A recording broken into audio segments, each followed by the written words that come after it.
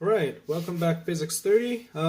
Today's lesson is the beginning of Unit D, Nuclear Physics. And this unit is, although it can be one of the most trying one, depends on, well, people's perspective. If you really into nuclear physics or anything that involves nucleus, this is your unit.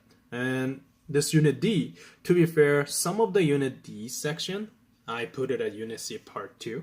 So that's why Unit D booklet is not as big as compared to the others.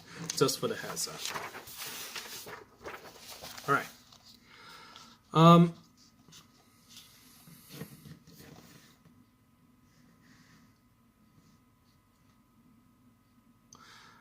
Let's see. So today's lesson is our first lesson. Basically, we need to understand what is nuclear physics.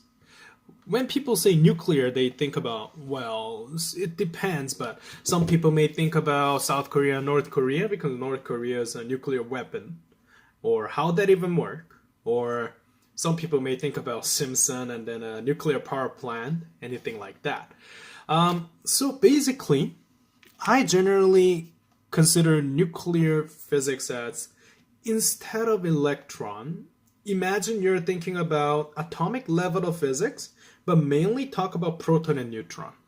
And we're going to talk about our four nature fundamental forces that we have in this universe. So number one, using the gold foil scattering experiment that was done in beginning 1900s, Rutherford and others showed that the nucleus was composed of proton and neutron. And if you guys don't remember nucleus, that's the one where at the very center, it composed of most of the density and most of the mass of that certain atom, but they're located at the center. And these quantized nuclear particles are known as nucleons. So we now use, for the mass instead of kilogram, you may see the U, because it's kind of like, you guys remember for energy notation, 1 electrovolt is equivalent of 1.60 10 to the power of negative 19 joule, because that's how much energy that can be transferred as an electrical form. Similarly, when it comes to atomic mass, we use this U, and it is about mass of the proton or neutron. I believe in the new curriculum, this was turned out to be 1.67. Have that in your mind. The charge of electron, we know it's -1. Charge of proton, +1. Neutron have no charge. When it comes to mass, proton and neutron is known to have 1 U, but electron is not close at all. The reason because is 1.99 10 to the power of negative 31 is way smaller than the one mass of proton or neutron. So we virtually kind of put it at 0. If you want to find out the ratio of it, well, why don't we just do it? 9.11 10 to the power of negative 31 divided by 1.67 10 to the power of negative 27 times by 100. It's about like 0.05% of 1 U. So that's why. Nuclear notation. Some people learn this in Science 10, and I do teach a little bit of this notation.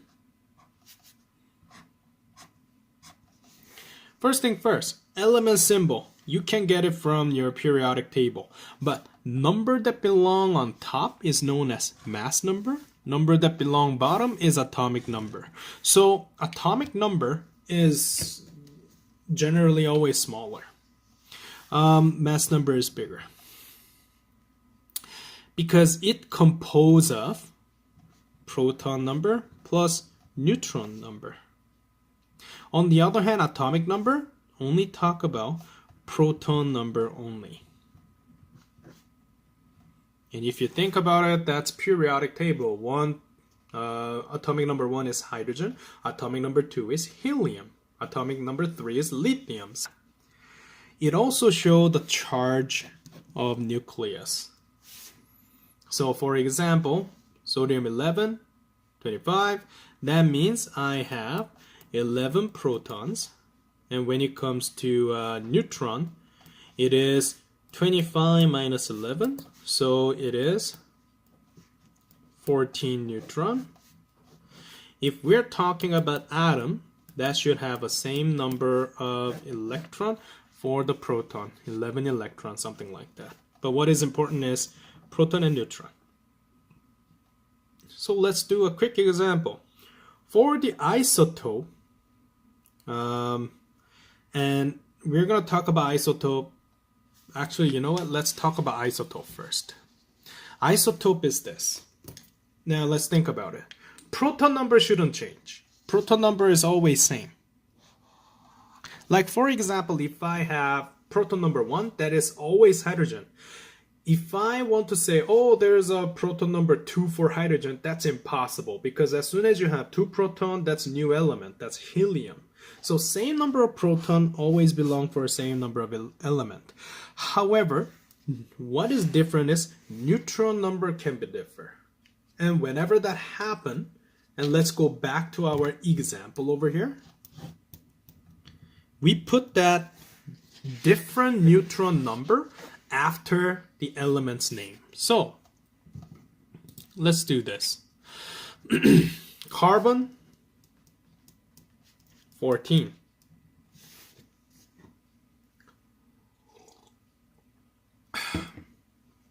When you hear the word carbon 14, this 14 is my neutron number.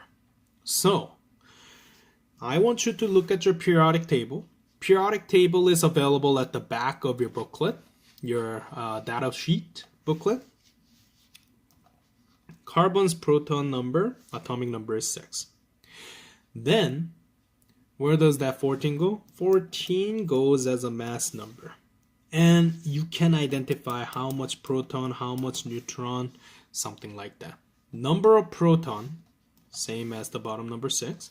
Number of neutron is mass number, which you put it, I put mass.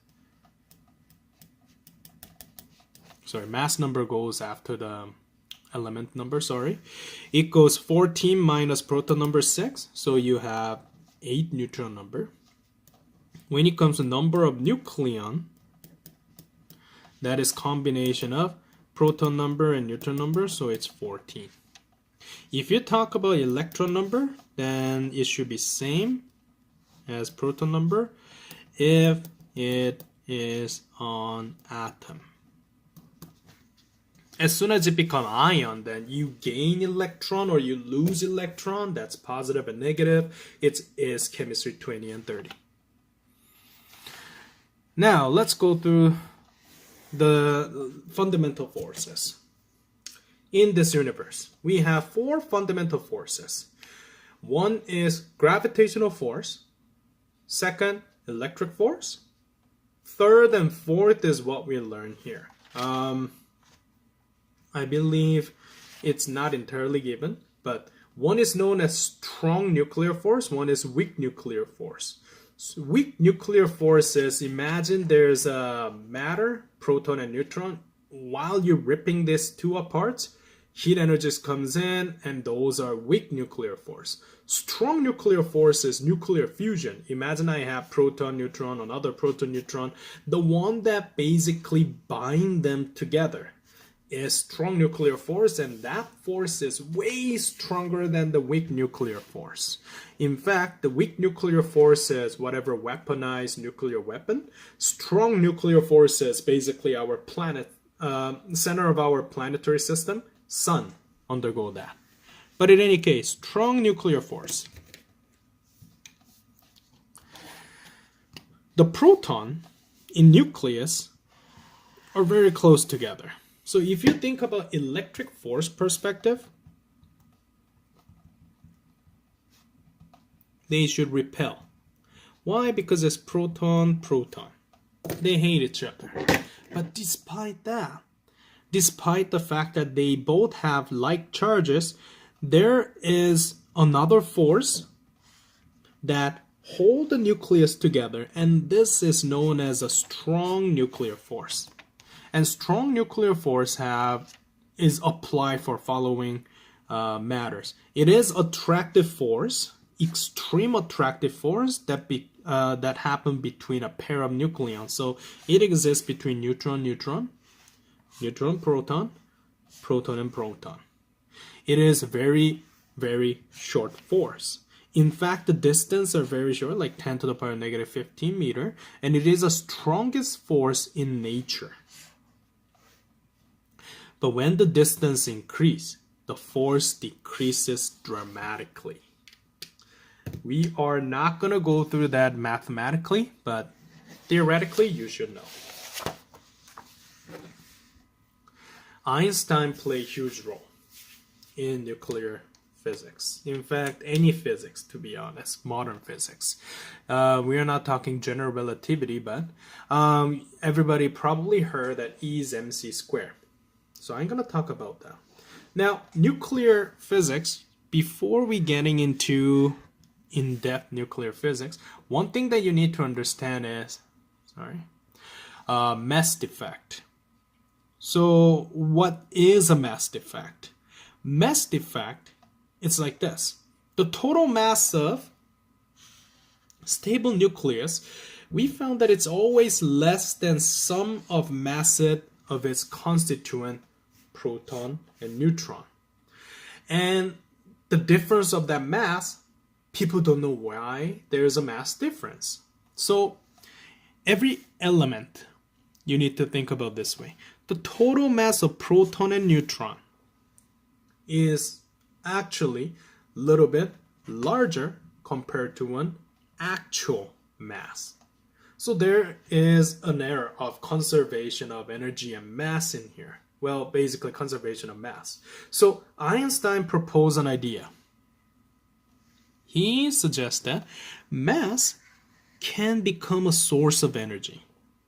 So when we found this defective mass, which is a lost mass in the nucleus, probably it is used in a different form of energy. In this case, it is used as binding energy, like strong nuclear force.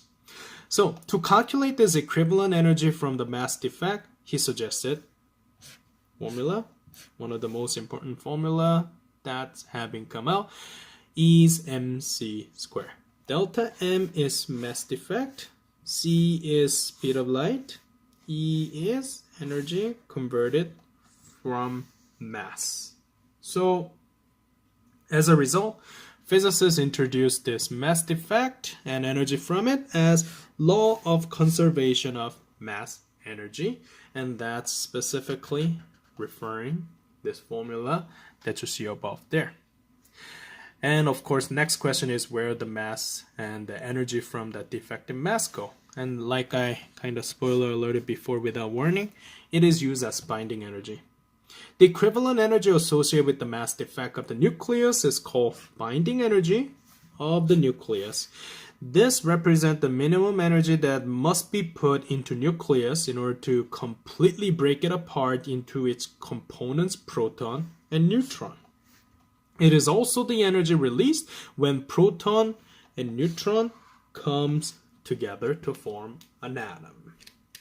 So we're gonna do some actual calculation. First thing first, determine the nuclear binding energy of copper-65, and we have an actual mass. So good idea to find delta M first, which is 65 proton and neutron together minus what we have, 64.928 U. That gives me my mass defect, and it turned out the difference between those is 0.072 U. And we can actually convert this into kilogram by multiply by 1.66 10 to the power of negative 27. And that's how much mass is defect. Now it says find out the nuclear binding energy, which we can use our good old Einstein theory. So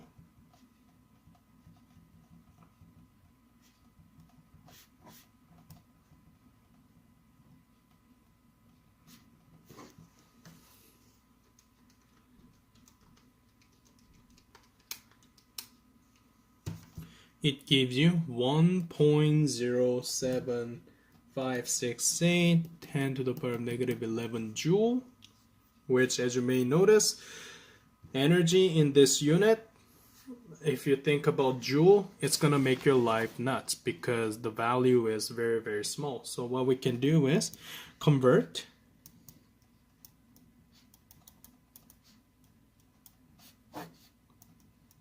into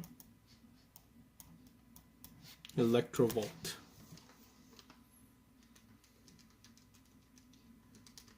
Then you have that much of electrovolt.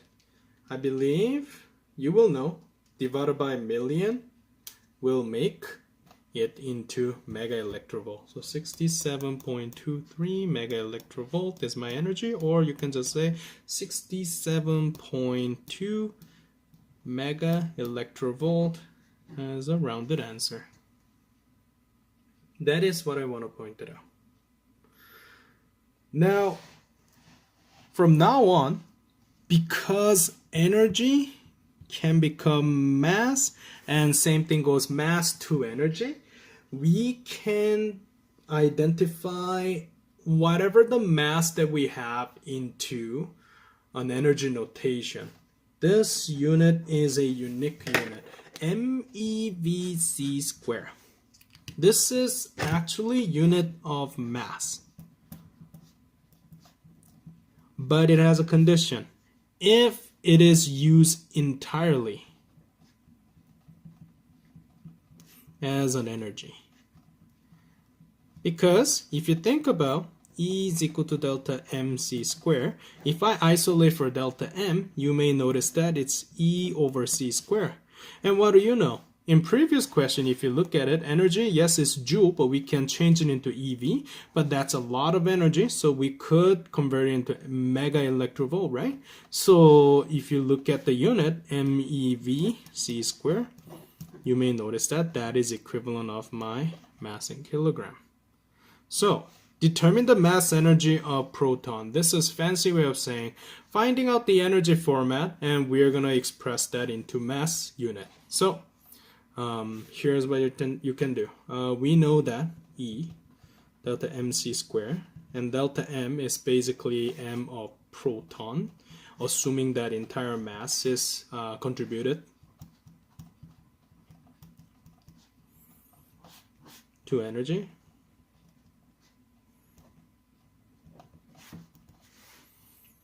Once you punch the number in, the values come out like 1.503 10 to the power negative 10 joule. And we gotta divide it by this number. Then we have that electrovolt, which divided by million, we have about 934. Is that 4 or... Let me just punch the number in.